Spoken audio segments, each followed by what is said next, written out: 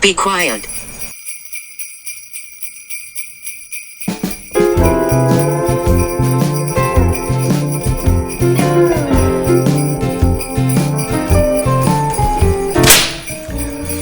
How's it?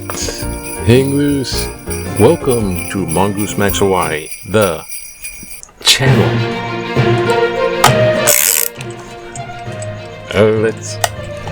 How's it going? It's Friday, January 10th.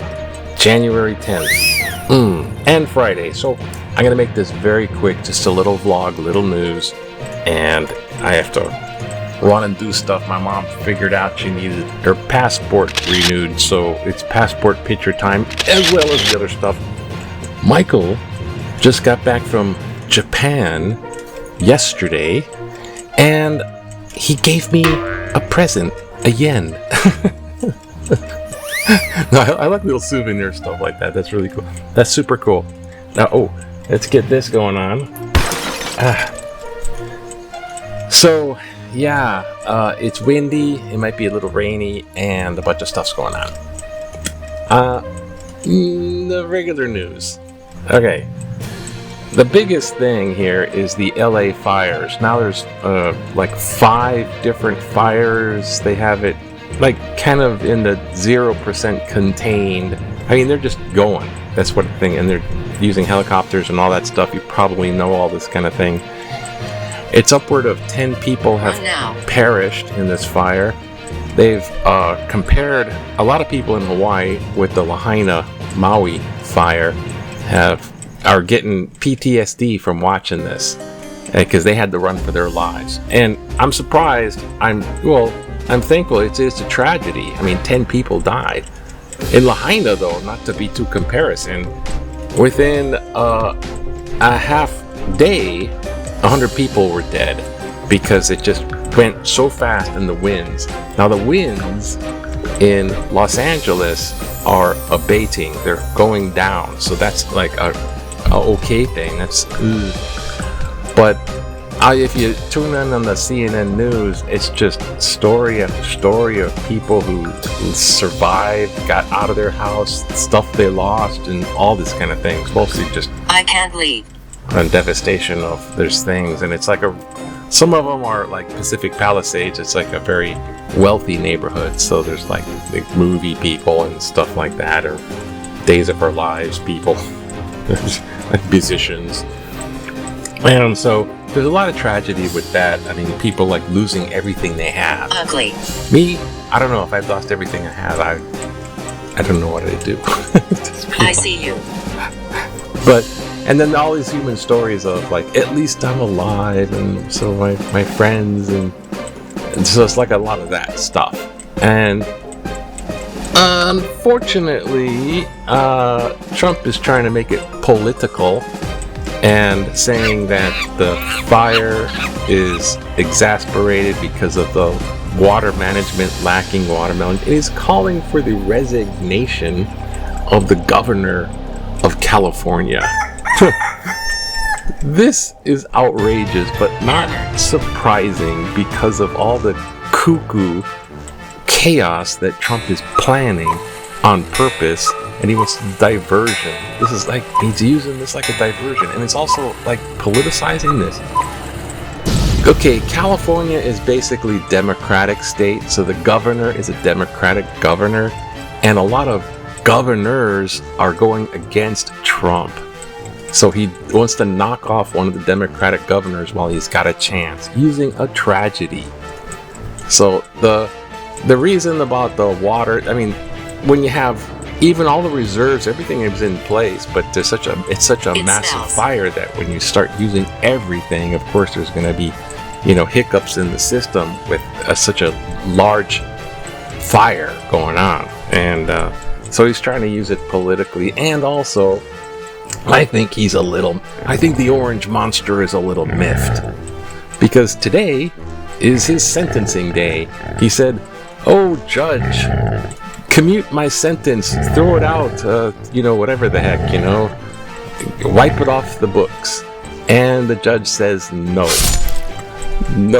This is the New York one. This is 34 cases of felony, which is already convicted by a jury, convicted, but now this is just the sentencing.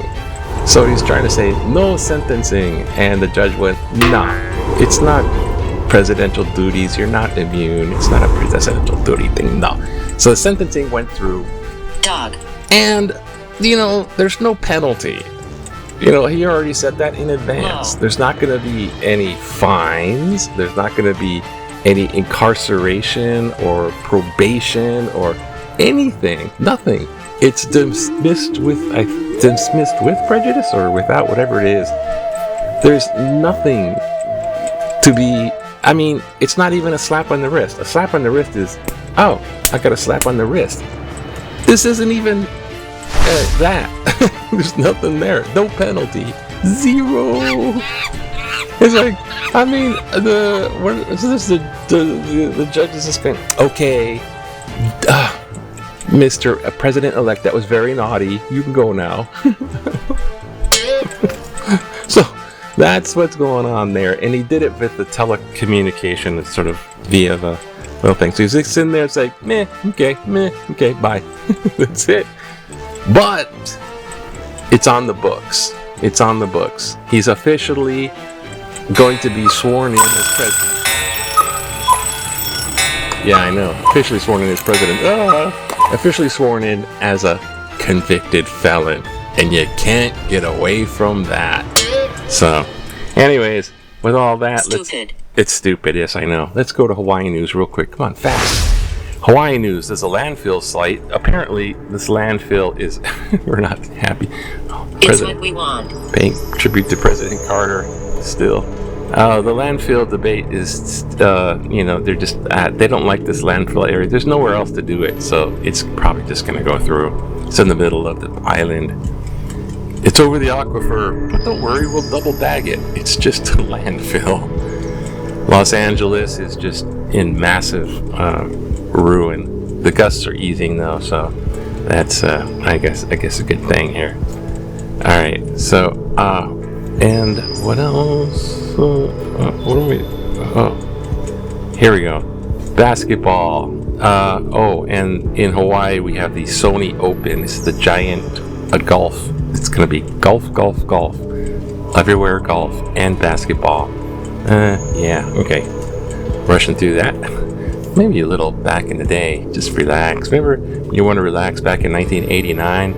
Just go out there and tend to the sheep. Here's Molokai Ranch, experimenting with raising sheep. Experimenting in '89. Hopes to develop a fresh chilled market of lamb. It's a sheep operation profitable market. Wool will be sheared from sheared sheep in California. So they shear the sheep in California? Oh, well, I guess they sell the wool to LA. Justice? Oh, do we have a... Yes, we do. Dangerous. Political cartoon. Uninformed voters, informed voters. The big chasm. I get the Gulf of America. Oh, I get it. Gulf of America. Yeah, please rename big bodies of water. And the price of groceries are the same. Informed, uninformed. Yes, there's a big gulf there.